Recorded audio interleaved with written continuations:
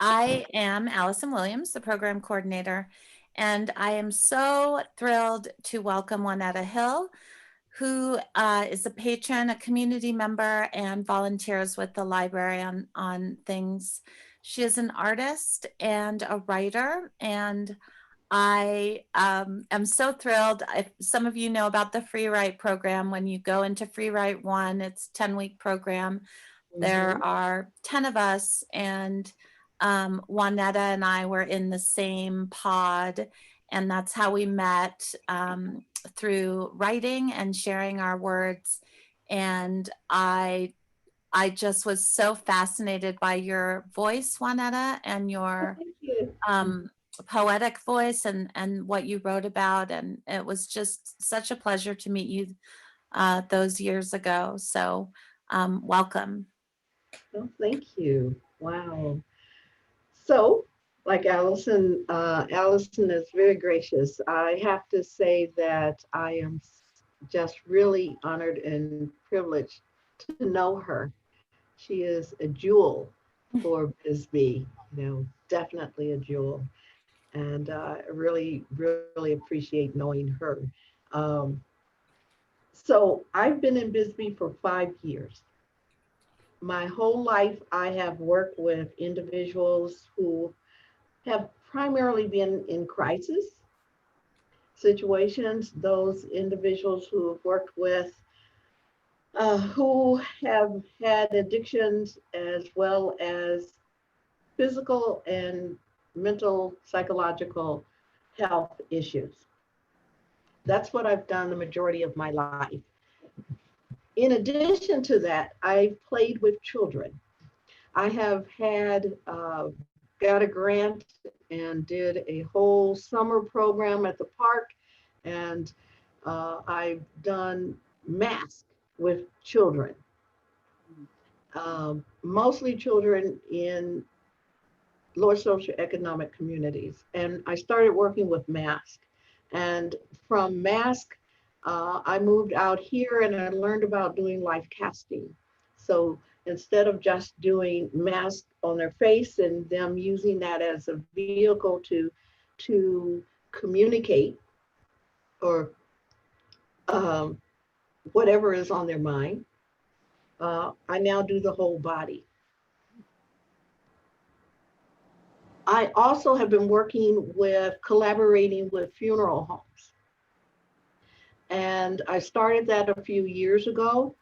Um, I work with the youngest person I have cast, and that's meaning making a mold and a sculpture of their body. And the youngest person that I did a casting of her hands and feet, that child lived 14 hours after birth. 14 hours after birth.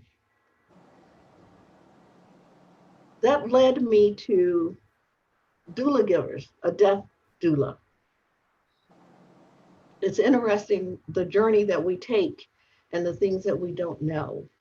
As dealing with parents whose children and their loved ones have passed away, and making a cast of a sculpture, their last living sculpture, has been a great honor for me.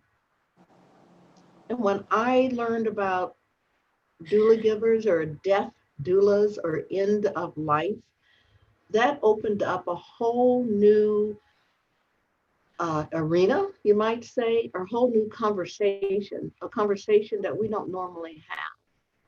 So I'll tell you what a deaf doula is.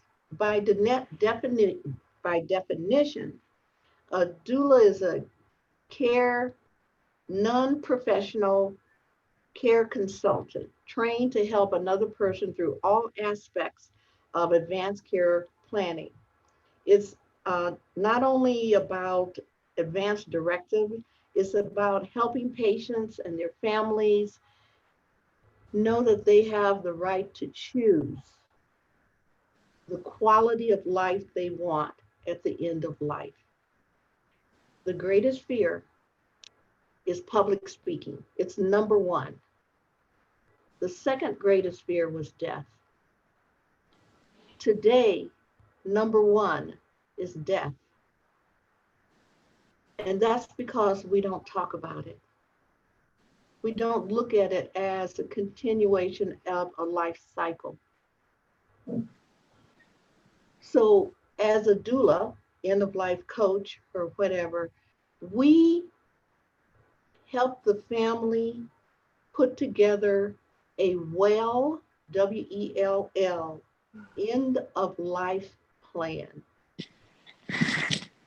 An end of life plan. And I know we talk about the legal aspects of it, and this is an overview of it. We're just going to have it opened up. We're going to open it up for you to ask any questions, comments, etc. All right. What a death doula does, an end of life coach does, is that it helps you put together your well end of life plan. So raise of hands. How many of you, if you were ill, would rather be at home? End of life. That's right. Everyone says that. And the majority of us want that. Today, about 80, the average age of end of life is about 80 years of age. We are living longer, but we're not living as healthy, right? And so often we have the medical model and we end up either the family being our primary caregiver, or we end up in a medical facility for the end of our life. And today it's way, way, way off. We can't even be with our parents. We can't be with our loved ones because of COVID. And we'll talk more about that as well. So how many of you have a plan in place if you are ill at the end of your life? Right. The majority of us, myself included, I had one when my son was younger. I'll tell you, it was all written out, everything. The majority of us say we want to be at home. The majority of us say we want the end of our life to go a certain way, but we don't have it written down. And if we have it written down, we don't know where it is. We can't find it. All right. So good news, bad news, we're living longer, not as healthy. So we have plan A, B, and C. That's what we do. Let me see if I can think of that. If I get a little nervous, my apologies for it.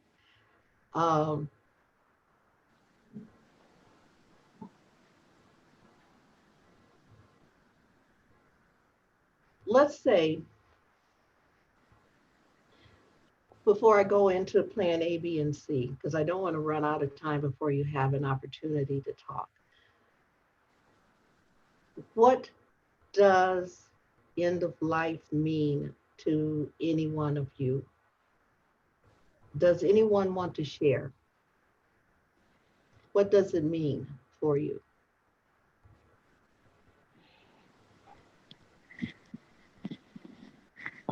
Is it a celebration? Could be. Yeah. Okay. Benita said it is a celebration. It's a life cycle that we have. So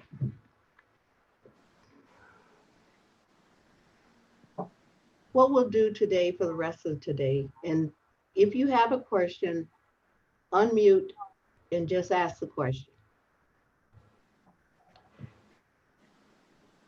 The Living Well plan. The living well plan is, what do you want to tell your family about how you want to end your life? What do you want to share with them about what you want them to know, and what do you want them to tell you at the end of life?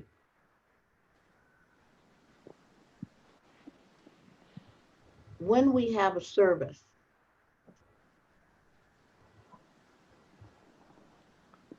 before I get to that one, that living well plan that we're talking about is sharing, planning what you want to say to your family. And I'm not just talking about wills. I'm not just talking about the legal aspects of that. I coach people on that as well. Or what I do is I help them identify individuals and agencies that will support them in putting together their legal, their will, how you want your estate to go, to be managed, and who you want what to go to whomever. I don't always necessarily do that myself, but I help families identify individuals that will do that for them. The goal is at the end of life that you are honored with dignity and respect. That we take the responsibility, it often is the parent, the child has a responsibility of taking care of a person at the end of their life. And that's a tremendous responsibility because we don't talk about death. And sometimes it's sudden. And sometimes it's prolonged. And often it is exhausting. So when I come into your life, or any other doula comes into your life, we want to give you control back over how you want your life to be. We want to support your family, and we want to support you. So how do we do that? One is giving you control. I'm going to say that over and over again. Control meaning the freedom to express yourself. The freedom to say, because what happens, oh my God, I saw a horrible movie. It was Eddie and Edith. They were 95 and 96 when they got married. When they got married, her husband had died when her children were young, and she never married anyone else. He was widowed as well, and they just kind of came together, right?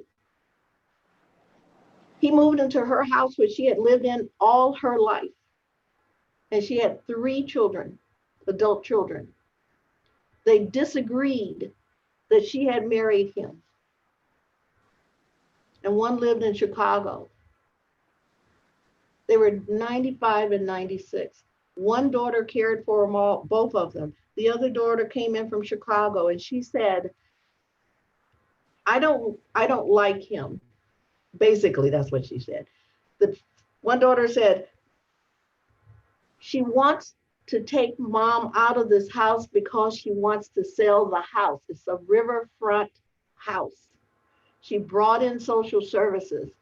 They came in and they said, your mom, who had cognitive deterioration, can't stay here.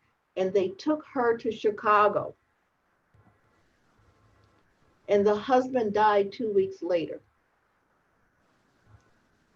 They had nothing written.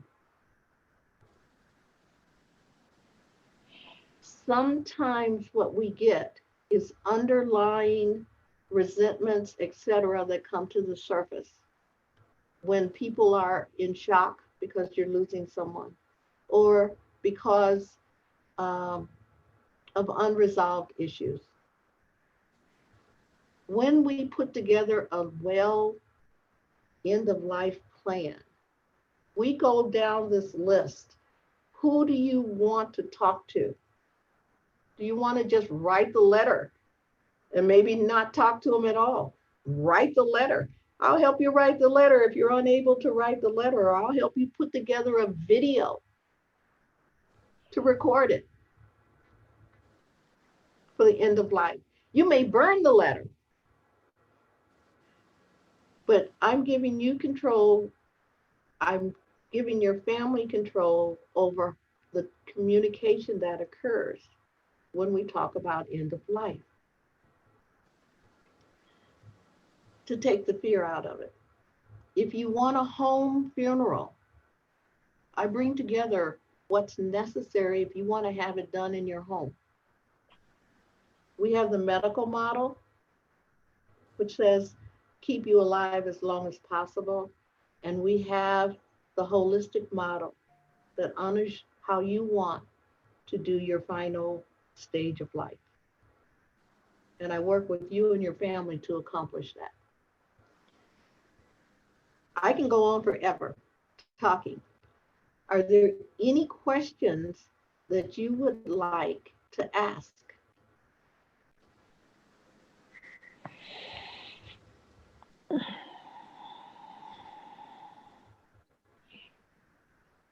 Juanetta, I think this is very interesting because, well, when I was pregnant, my doctor had me write a birth plan, and Yes. I spent, days, weeks. I wrote this 5-page, really long thing. And of Mm-hmm. course, once I got into the hospital, it just all was thrown out the window. I think part of it was that I think it was an excellent exercise, and for me, my cervix wouldn't dilate, so I had no choice. Mm-hmm. It went to medical Mm-hmm. on that superseded it, but I was glad I had it, although I thought it was funny.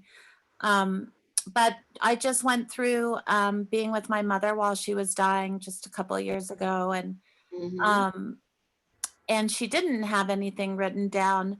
But I was so grateful that throughout our life together, she made it very, very clear, cremation and no life support, that she did not want to be kept artificially alive. And so, because she had communicated those two things so clearly over and over and over, I was able to make those decisions for her. But what I realized was that when you are in that moment, just like when In you're that giving moment. birth, the grief, the fear, Yeah. the anxiety, everything being in this foreign environment clouds your head. And so that was something that I wondered about, like, so you're preparing by writing down, but how do you bring it with you into the situation? Okay. A death doula and a birth doula are the same in the sense that we have someone skilled, a midwife, to help you through the process of birth. And then we have someone who is skilled in the process of helping you through the last days of your life. When when you have a advance directive or a final will or something like that, a directive, a medical directive, there's two. There's your legal, there's your advance directive, and then there's your medical. When we are in shock, phase one, shock, when someone gets a terminal diagnosis, we forget how to think unless we've had the conversation before. And you get into the hospital. If you have a advanced, if you have a medical or advanced directive, legally, a doctor can say, I do not have to honor that. I do not have to honor that. The law is always on the doctor's side. Now, sometimes it occurs that you will go into hospital, like Allison was saying, there are complications. So the doctor made health decisions that were appropriate for that time. Sometimes when you go into the hospital and you don't have that paper right there that says, this is what I need, the doctor must always follow his medical directive that says, do no harm and save a life. They will do that for you. That's why you have to have many, many copies, and everyone knows where those copies of your legal documents are.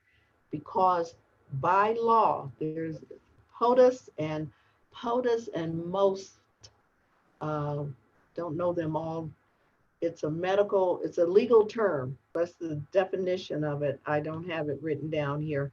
Um, that gives the doctor the right in the hospital, the right to preserve your life.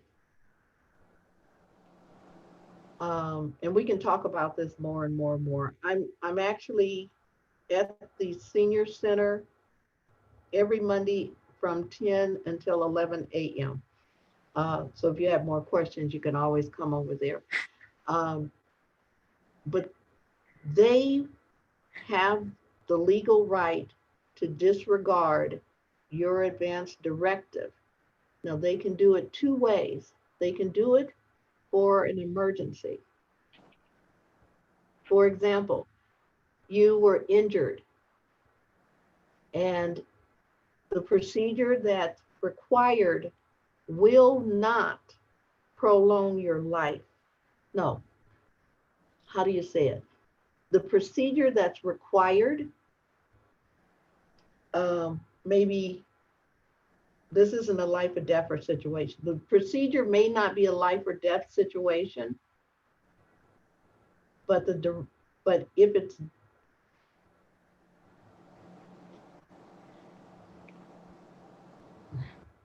the condition may not be terminal, but the directive says do not have surgery, do not prolong life, etc. You have a directive. The doctor can say, look, we would like to, with agreement with family, we would like to pause this directive. I'll fix the broken leg or whatever, and then reinstate the directive. There are some options. If it's not a life-threatening situation, the doctor can, with your agreement, disregard the directive for that surgery or something like that. And I don't know if that made any sense at all, but what I'm saying is that you have options. There are many, many, many options.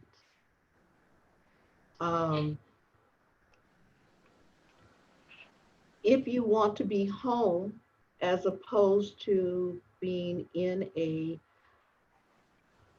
facility, nursing home, or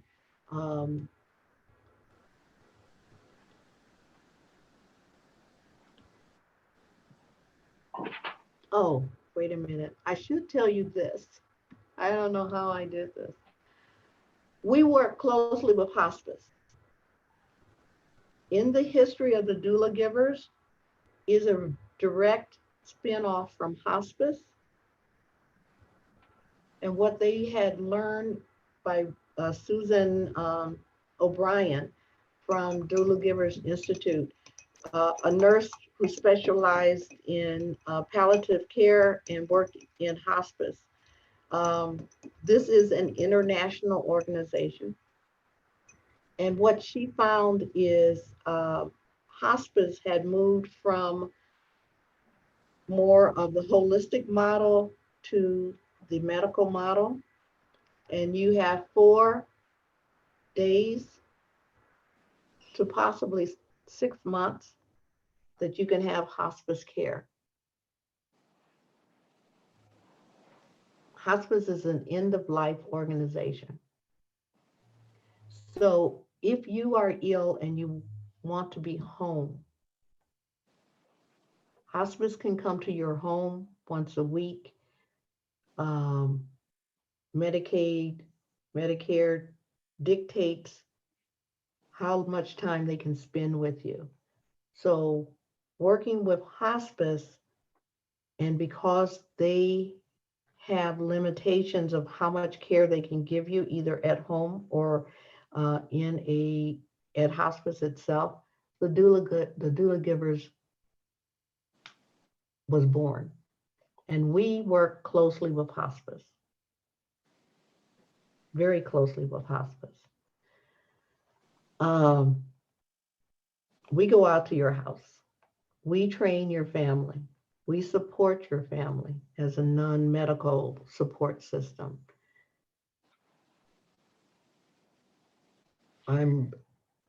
Yes. So has anyone thought about how they would like to celebrate the end of their life? And would you like to share that? Okay. I will tell you that I want everybody to wear colorful clothing, and I want to take my money, and I'm going to hire a professional African dance troupe with drums and everything to come in, and we're going to have a huge party. We're going to dance, we're going to sing, we're just going to have a party. And then my body will be, now that we have choices, we have cremation, we have traditional funeral with the casket, etc. We have natural burial, and we have holistic burials as well. So we have many, many choices. My friend was wrapped in a shroud and buried. The shroud was impregnated with mushrooms. And he was buried in northeast of Santa Fe. So he will give back to the earth. So you have many, many choices. Have any of you thought about those choices, or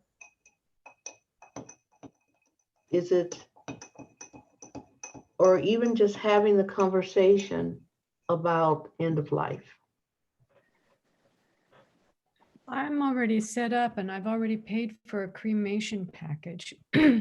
My daughter's father died very unexpectedly, very quickly, with no information at all about what he would want or not want.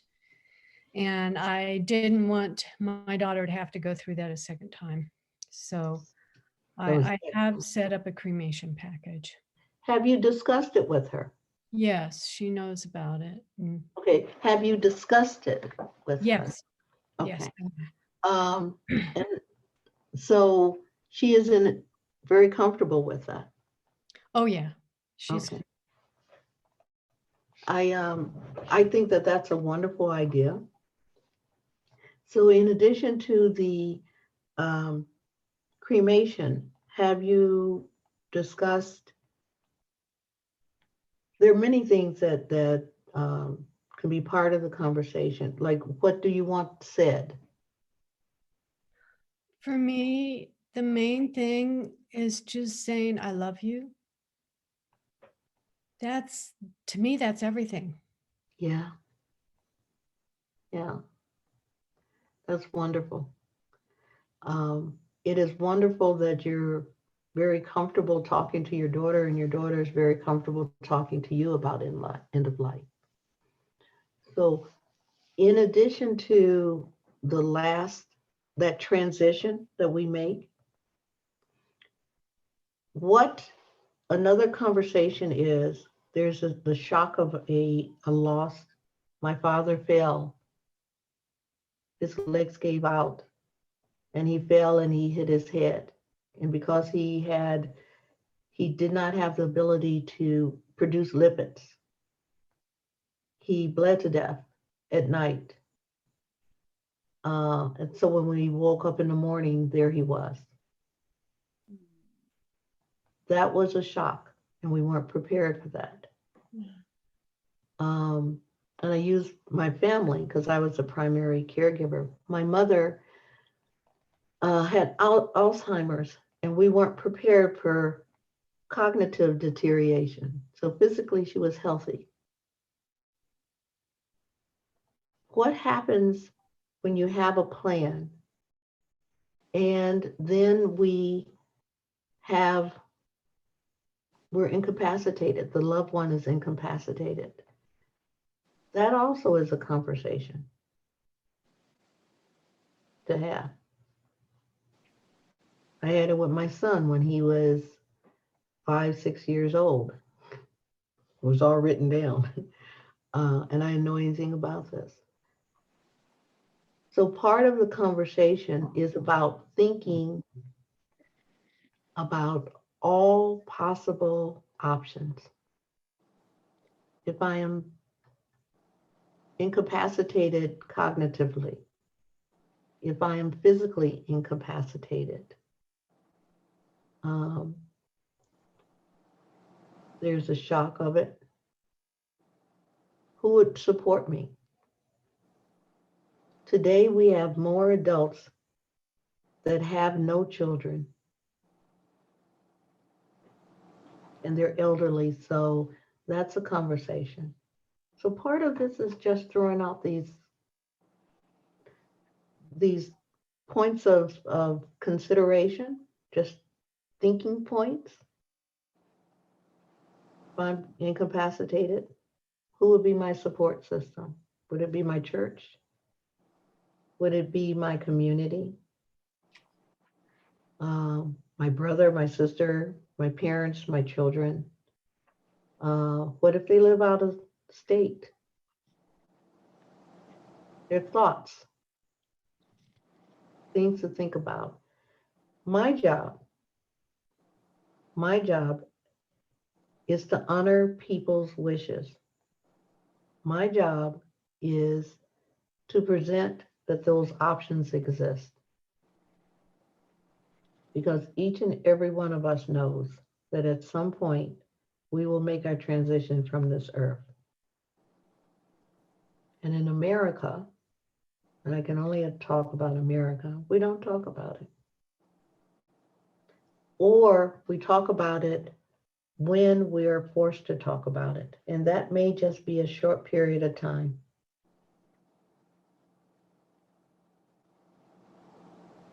Juanetta, can I share a quick story? Please, yes. This has just stayed with me as one of my important moments. My grandfather, Jack, my sister and my mom and I, we used to go up to the island where he built his house and lived to every Christmas. And even as adults, we would go. So one Christmas, we were up there with my uncles, my grandfather, so my uncle and my mom, his son and daughter. And after dinner, my grandfather said, "Hey, can everybody come over to my house? I want to talk to you about something." And so we went over, and he had already discussed with my uncle and my mom the bigger things in the will, the bigger division of his estate. But he brought us into his house and he said, "Listen, I know what happens when people die. You think you're all getting along and oh, so nice and loving. But as soon as somebody dies, the fights start and everybody starts arguing about who gets what." And he said, "We're going to take care of that right now. I want you all to look around the house, walk around the house, and pick out what you want. I'm going to put your names on it, and you're going to all agree today that there will be no fighting after I die, that this is what you get. And my sister especially was just shocked. She did not want to be part of this conversation. She didn't want to look around. She didn't want to think about him dying. And neither did I, frankly. And so first we had to have the conversation about that, about just what it meant to, to physically, to pick out a physical object and say, Mhm. I want that when you're dead. Mm. But we turned it into such a wonderful family conversation, and had fun and made a game of it. My uncle and my mom fought over the secretary, and it was so wonderful to bring it out into the open. And I that has stuck with me for my whole life. Great idea. Well, I want to applaud your grandfather for having the courage to do that, because it does happen. It always happens. Um, wow, that took a lot of courage on his part. You have a wonderful family to He do was that. wonderful. Yes, and that's what I meant. That is, we get there. So those thinking points. What do you want? How do you want to divide everything? Do you care? Do you want a big dinner? I'm going to have African troupe come in and dance for me. Um, do you want it just with your immediate family, with incense burning?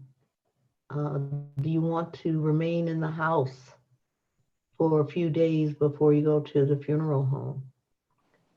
Many things like that, many thoughts like that come up. And I know that we all have stories. With COVID, we're not able to be there personally with our relatives. I wasn't able to go and visit my brother when he passed away in September of last year. He was military, and they only allowed immediate family. We couldn't go. I know. So I created a video tribute to his life. So we have options to help us grieve and celebrate. And Zoom is a wonderful one right now.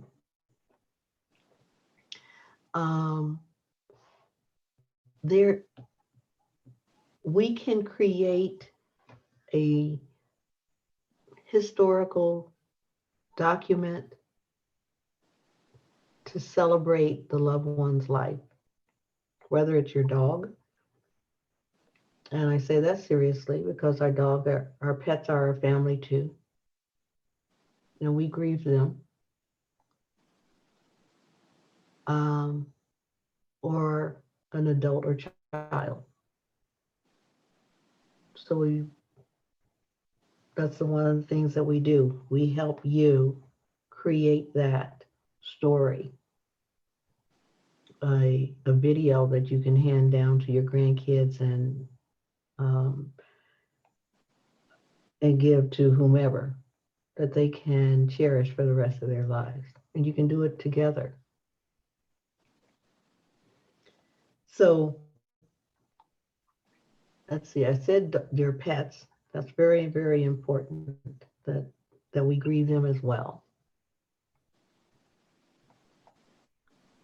So any other questions, comments, or share a story? Well, the pet thing reminds me that making arrangements not only for yourself, but for your pets is a good idea for that end of life. A lot of times we don't know what to do with the pets. Mm-hmm. So that's another thing to consider. Yes. You know, our pets grieve. They grieve. Mm-hmm. You know, when my cat died, the dog grieved. He just grieved. His name is Lazy. He didn't move. That's why his name was Lazy. He just didn't do anything, right? And when the cat died, he did less. He went into a ball in the corner and he sat there and he grieved. So part of your um, living well plan takes in consideration your pets. And that not just who will take care of them, but allowing them to lay on the bed if they are used to laying on the bed. Yeah, let them lay on the bed. Mm-hmm. You know, let them be part of the ceremony. So as you can see, the whole conversation about death and end of life is more than what we normally think about.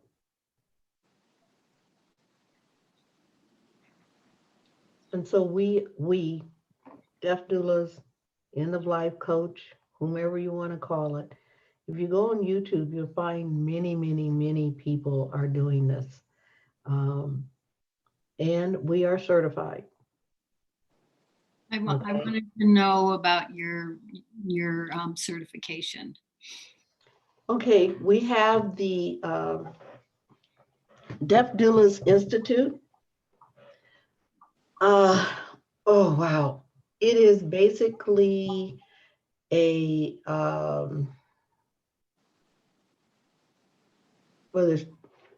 okay. If you take all the courses, I look at it as your freshman year and your master's and your doctorate. So you can determine how much training you want. That's what I'm saying here. I'm doing the whole program, which includes 30 hours of practicum working with hospice and working with individuals, churches, through churches or however, families. That once we go through the formal training, which is 6 months to a year, once we go through the formal training, we have to get our certification. So we have to take tests to do that.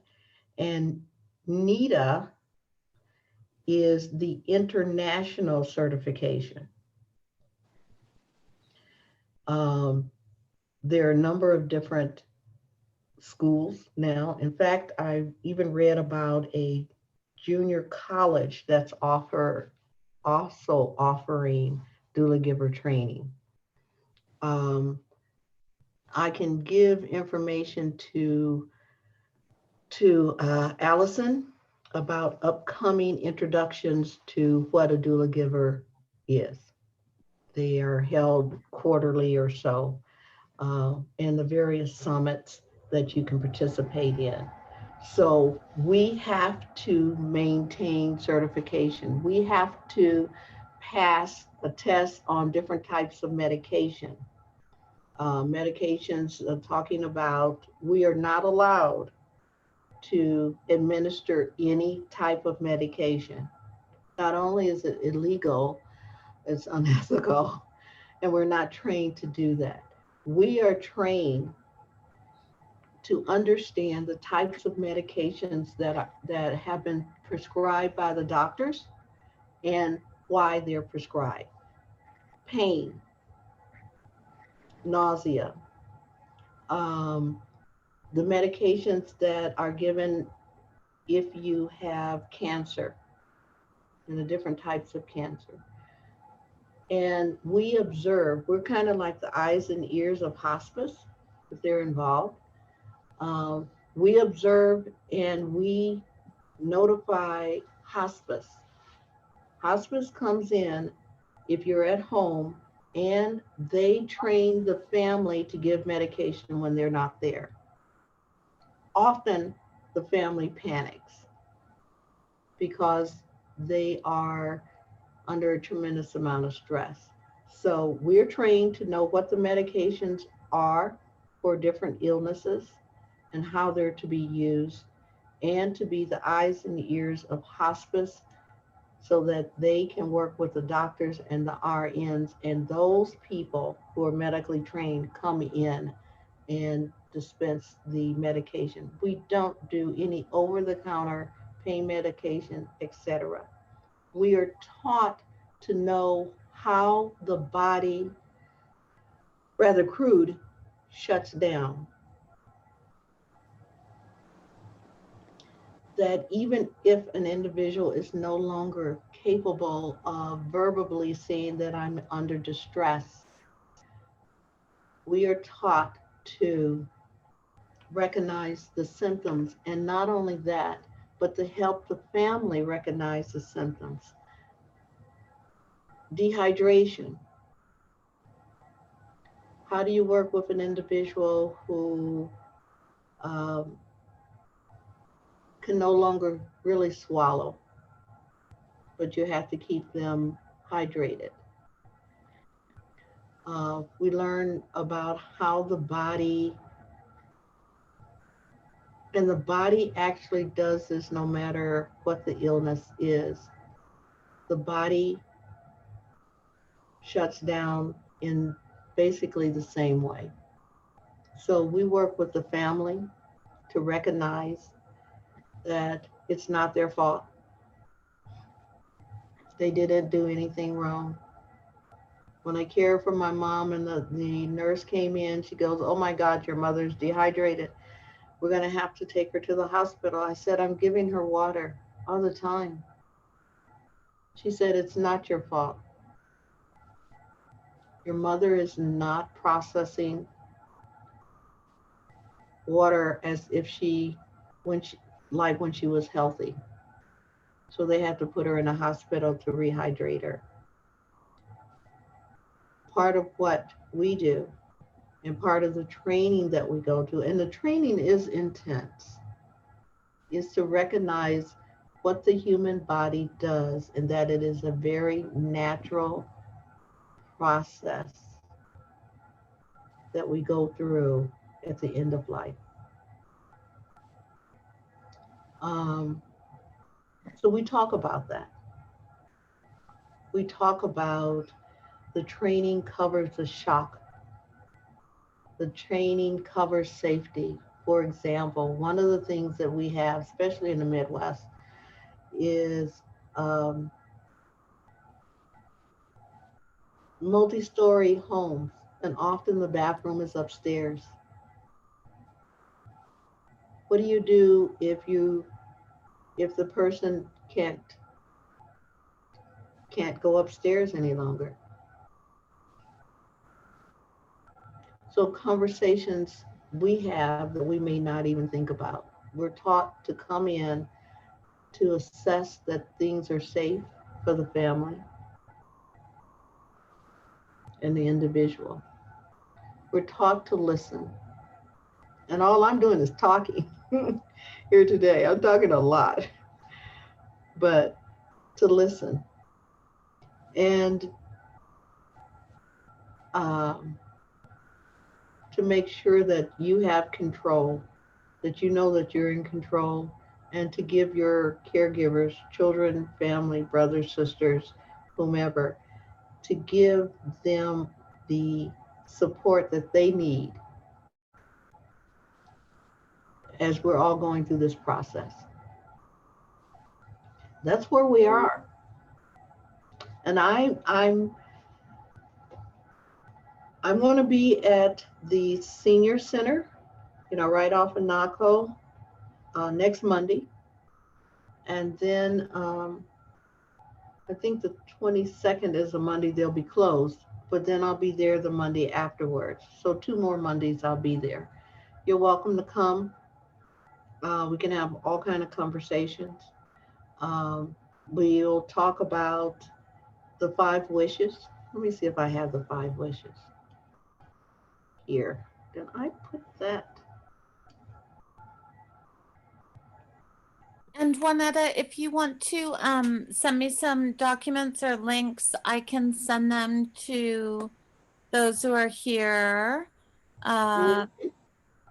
in this group. I have pretty much everybody's email, I think.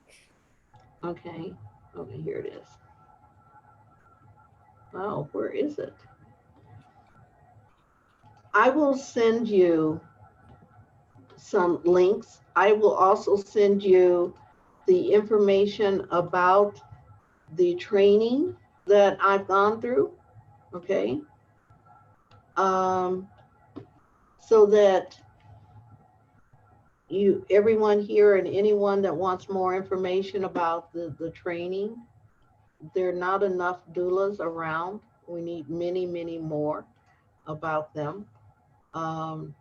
Many, many more. And yes, Trudy. I just want to say I did attend a death when I was still living in Washington State. Someone for an acquaintance, and it was one of the most beautiful things I've ever experienced in my life.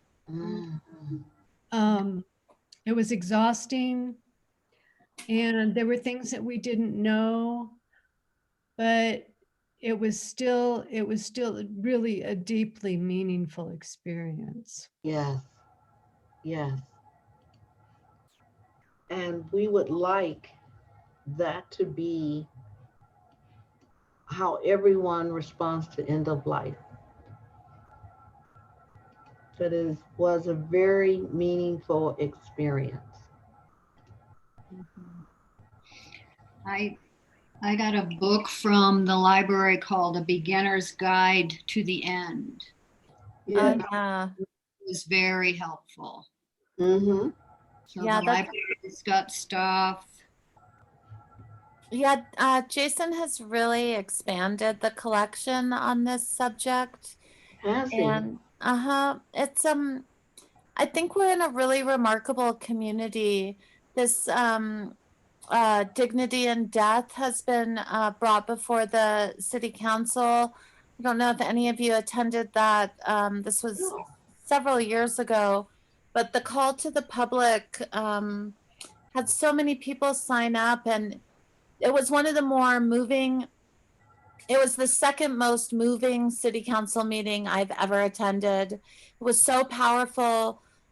Community members coming up to the mic and speaking and asking, for our laws to be changed and to include death with dignity. It was really amazing. And the library has worked on expanding the collection. And of course, Juanetta, having you here as well, and having all of you attend this, I think that this is a big topic. And Yes. one thing that really came across to me, and so many of the things you said, Juanetta, is, did you have the conversation? Was there a conversation? The conversation itself opens up all the doors, allows us to both voice our fears, but just the act of speaking articulates in a way that we can better understand both personally and how we will approach our loved ones and our lives together. So I really appreciate this. We have just a few minutes left. Does anybody else have any questions, comments, or stories they'd like to tell?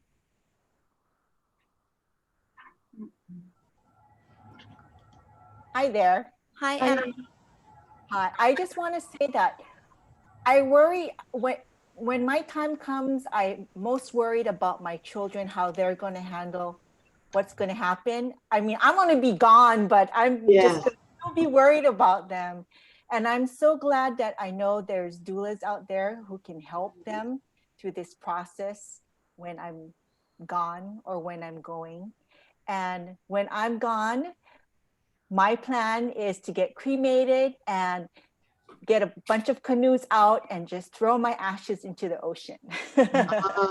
Yes, yes. How do they That- find doulas? Online? Is there like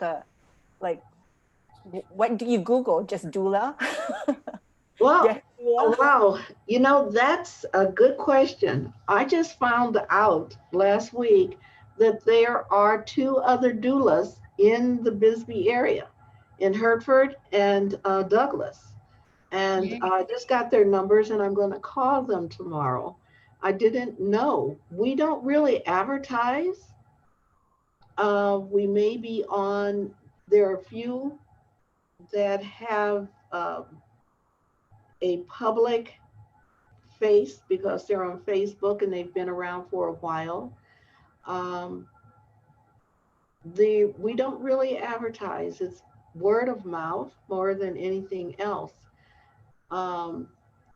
A number of people found out that I was taking the class and they've approached me and about having the conversation in Bisbee, a greater conversation.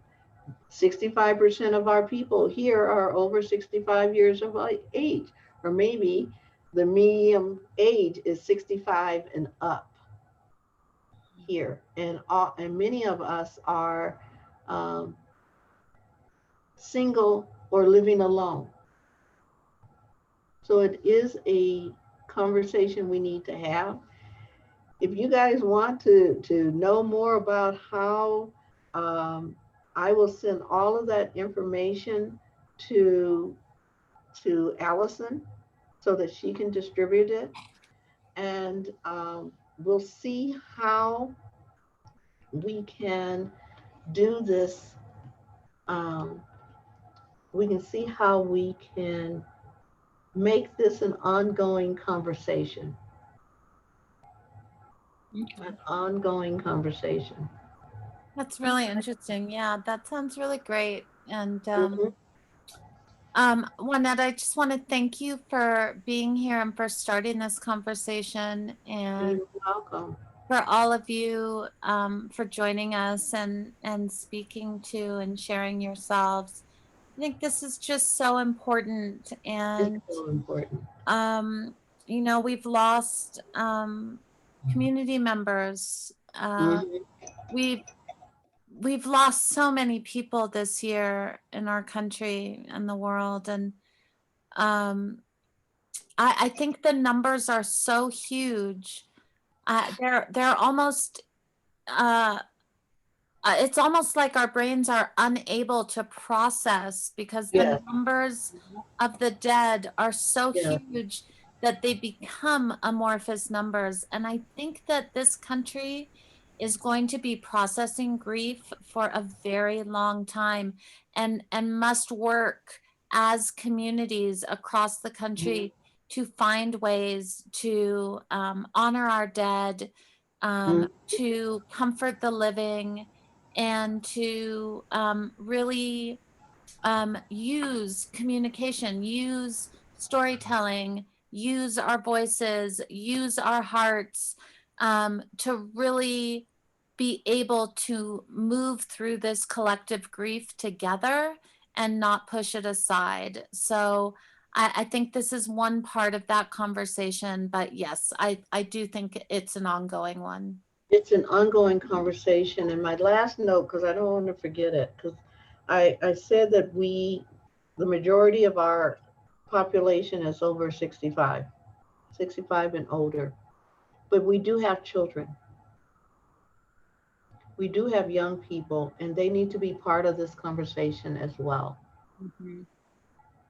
Agreed. They Yeah. definitely need to be part of this conversation.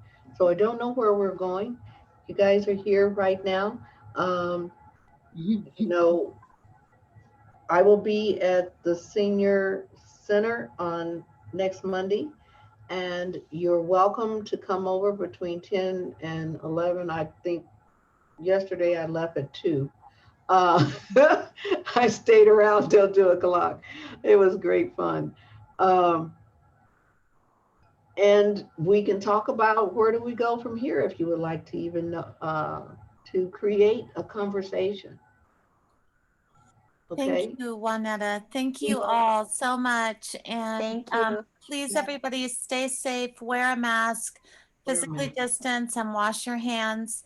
There's Mhm. free testing at the high school Monday through Friday, drive-through COVID testing, and the vaccines are becoming more and more available. And just call your local doctor if you're having trouble with the county website, because if you're not having trouble with the county website, you're on the wrong website. So reach out to Chiricahua and the Copper Queen as well, and find out what group you're in, and just please be safe and protect yourselves.